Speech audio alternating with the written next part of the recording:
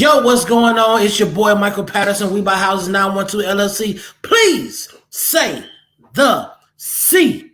Y'all know what this is. So you guys, you know who we are. We buy houses 912 LLC. Please say the C. And we help ordinary people become profitable investors in 60 days or less. That's what we do. That's what we do. We're just ordinary people. We don't know which way to go. So listen, you guys are in for a treat tonight because I want you guys to understand who you are, who God wants you to be. But before we get into that, we got to do our Believers Business Confessional. Wasn't on here with you guys this morning, but I'm here now, and that's what's important. This for all of y'all that's out late at night. Oh, who we got this? Let me see who we got over here. Ashley Jackson is in the building. Oh my goodness. You was stalking my page this morning. I had so much stuff going on with MJ. CC and I went up to Savannah last night with the kids and everything, had a good time, and we came back, and man, I fell asleep on the couch. And man, you fall asleep on the couch, it feel like you done been in a 12-round fight. But man, it's gonna bless y'all today. So, and we're going to hop into it, man. Y'all ready? Here we go. Miss Jackson in the building with all of God's children. All right, so, Father, I thank you that your favor goes before me. I thank you that your favor surrounds me like a shield. I thank you that you load me up with benefits daily. I thank you that I'm blessed in the city and in the field. I thank you that you will not withhold any good thing from me. Thank you for causing the works of my hands to multiply. I thank you for the fruit of my labor springing forth in the correct season and not before its time. I thank you for causing my business to prosper. I thank you that the enemies of my business cannot prosper against me. Thank you, Father, for providing abundant supply of what's needed to flourish. Thank you for allowing me to dominate in my industry. I thank you that I attract the right employees and they prosper also. Thank you for anointing my mind to see and prosper from opportunities that others don't see. Thank you for allowing me to create generational wealth. Thank you that my family calls me blessed. Thank you that my friends call me blessed. Thank you that my city calls me blessed. Thank you for blessing me with more business than I can receive. Thank you for blessing me to bless others. I believe what I confess, I receive what I confess, and I will do what I confess today. All right, ladies and gentlemen, are you ready? So, the other day, which was yesterday, man, I was talking to a friend, and we were having a very interesting conversation. And you guys, this came to me, and so here it is. And how I need to stop saying I'm not gonna be before you long because it don't matter, right? So I'm not gonna be before you long. So I was on the phone having a conversation with a friend, and we was talking about process. We was talking about deposits of, what God has in. We're talking about purpose. We was talking about purpose. Now listen. So this is a story about Jesus, and this is Peter. And they are walking through the city. As they're walking through the city, Jesus is approached by a publican. And if you guys don't know what a publican is, back then, a publican was a tax collector. So they were coming to say, hey, I need you to pay me my money. I need my money. So they were coming, and it was like, yo, Jesus, you owe taxes, bro. Peter, you owe taxes too. And y'all gonna have to run me that. So the dude was like, well, you don't believe in paying taxes? He's like, render to God what's God, render to Caesar what's Caesar, if you don't know the story. So he was saying there are things that's owed to God, and there are things that are owed to man. And whatever's owed to whoever, give them what's due them, right? But here goes the punchline. I've never heard this preached, but God gave me this revelation. So when he approached Jesus and told Jesus that you got to pay taxes and that Peter had to pay taxes, Jesus told Peter, go fishing. And when you go fishing, the first fish that you catch, there's going to be gold in its mouth.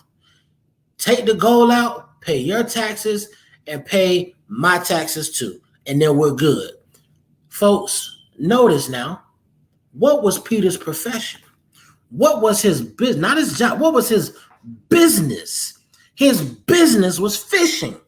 So Jesus was really saying to him, Peter, I need you to go do what you do, what I've already put in you, for you to be a skilled fisherman, for you to have a prosperous business. So when I tell you guys, don't do nothing else to make up the gap. Here's the problem I see with a lot of entrepreneurs, because a lot of entrepreneurs, they have a good thing going. They got a business going, but the next thing you know, a bill comes up, so they stop working on the business and then they focus on something else. But that's not what Jesus told Peter. He could have clapped his hands 3 times and gold just could have popped up out of nowhere. Because how do I know that? Because he did it with the fish and he did it with the bread. He said, let me get this bread, let me get this fish, let me multiply, let me feed 5,000 people just with 2 fish and 5 loaves of bread, right? So Jesus could have made the gold pop up or whatever they was using for currency back then. But I believe that he wanted to illustrate a point, and the point that he was trying to illustrate is that you do not have to look outside of your gift, your skill, your business to try to make up the gap.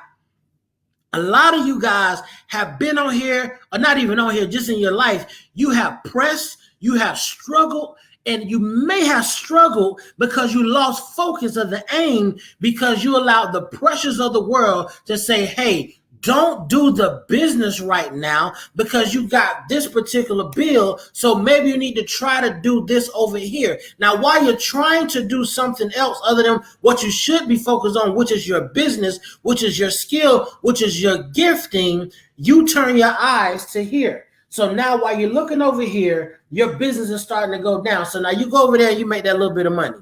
Then you come back over here to your business and find out that it's not making money. So then what happens then? You lost focus. You're making less money. So now you feel like you need to go back and do the hustle. I want to tell you guys, there's a difference between building a business and hustling. When you are hustling, you are making it day to day. Every day I'm hustling. You got to hustle every day. You know why you got to hustle every day? Because hustling is not a business. Hustling is not a business. Hustling is something that you could do by yourself. A business is something that you can erect that will take care of you and take care of others, whether you touch it or not. It can still make money. I buy a house. I rent it out. The money comes in every month. I ain't never got to work again. You have your items or whatever it is that you do, whatever your business is. You create the recipe. You set it all up. People love it. You teach it and you put somebody else on the clock. And listen, that blesses them and it blesses you. Come on, talk to me, somebody. I hope this blessing somebody. Do not lose focus on what you need to be focused on. Right now, you need to be focused on your business. Do not let the ways, the wows, or whatever you want to call it of this world pull you away from what you need to be focused on. Because what you are focused on and what you are giving to people is a service. It is your ministry. What does ministry mean? What's the definition? Y'all already know what it means. It means service. That's what it is. So while you're taking your eyes off the prize, looking over here at this other thing, why are you not focused saying, how can I make this make more money? Your business make more money versus getting off track, running down a rabbit hole, trying to make something else pop when your stuff is good enough. I'm going to close with this. Something as insignificant as this right here. What if this was your business? He said he'd take the foolish things and confound the wise. This is a fingernail clipper. They are selling millions and millions and millions and millions of these every single day. And if people can make a living and support their families by selling this, what can you do if you focus on your business? What can you do if you go in your prayer closet and say, God, show me how to multiply this. God, show me how to just blow on it. If you guys don't know the story, I'm going to share the story with you with George Washington Carver, that this is a story you guys may not have heard. Well, George Washington Carver with the peanut, he said that he actually started out, was in a church, and he was in prayer by himself, asking God, can you give me the understanding of this and the understanding of that, the understanding of that. And he finally came to this one thing. He said, well, God, in frustration, he said, well, God, can you give me the understanding of a peanut? And God said, you can understand that. So then God began to pull out or deposit idea after idea after idea after idea into George Washington Carver, where he was able to take a peanut. And because peanuts exist, nobody has ever made the peanut do what it do like George Washington Carver. Never. So if God can speak to a man about a peanut, he could speak to you about your real estate business. He could speak to you about your restaurant. He could speak to you about your drawing. He could speak to you about your logo business. He could speak to you about your hair business. Ask God, God, how can I make this blow up? Because that's what you need. You need to blow up. You need it to explode, and you need it to happen quickly. You don't have a lot of time. Like these past 2 days, I've been feeling as if I'm talking to somebody who needs this. And I'm not just saying it to say it. Right now, don't take your eyes off your business. Your business is good enough to make you a living, because they're making a living with this. With this. Millions sold every day.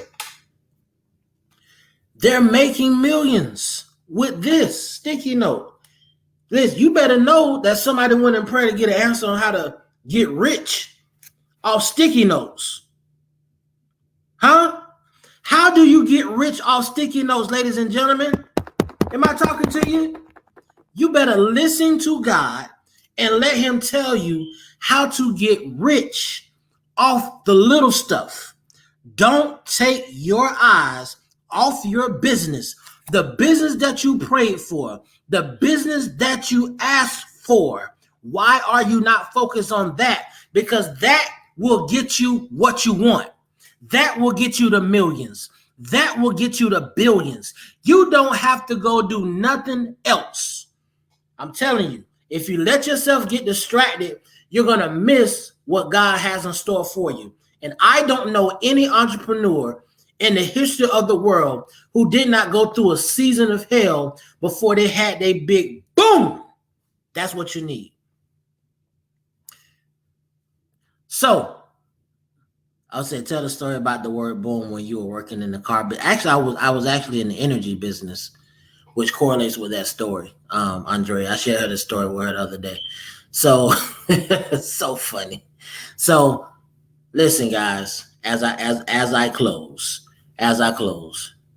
if you ask God for a business and that business is in your hands, I just want you to understand that he will give you strategy if you stay focused. Okay.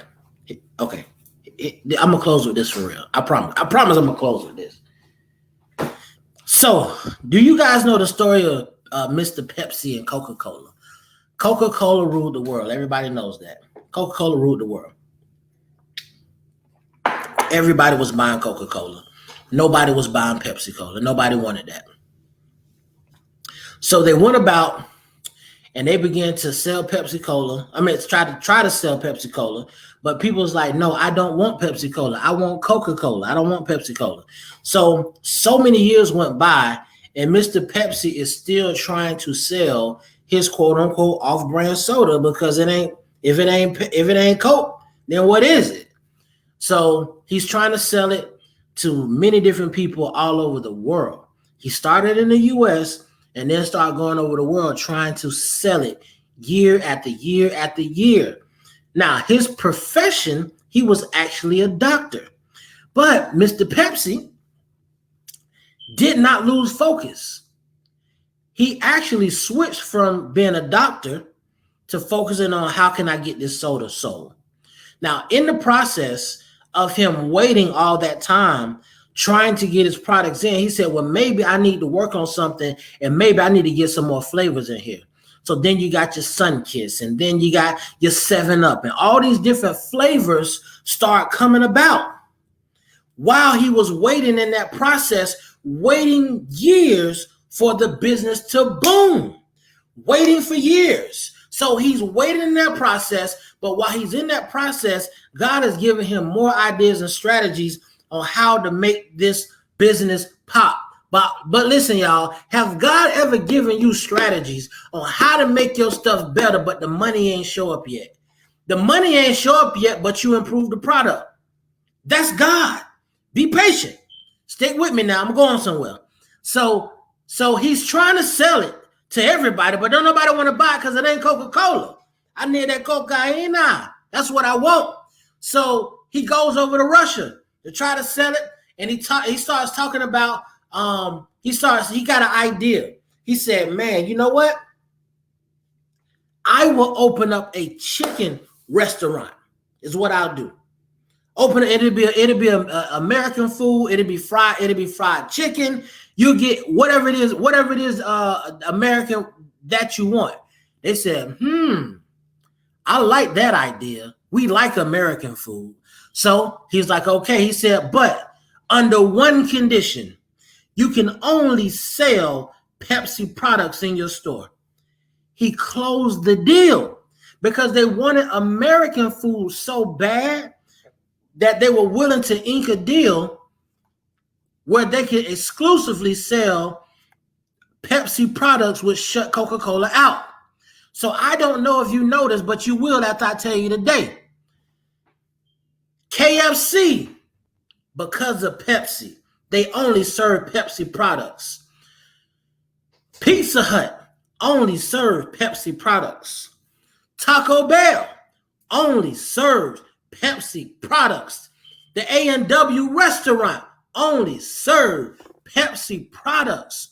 So sometimes you got to do this in order to do that. And God is actually giving you another branch. So look, he started out in soda, but that boy sold food so he can sell Pepsi. They don't want to give you a pizza. They want to sell you soda because there's a higher markup. Y'all ought to be clapping right now that God gave him an idea on how to get additional streams of income, and all he had to do is be patient with the same product. What happened? He went from soda to multiple flavors of soda to restaurants, KFC, Pizza Hut, Taco Bell. That's why you see them in the same location. On one side got Pizza Hut and the other side got Taco Bell.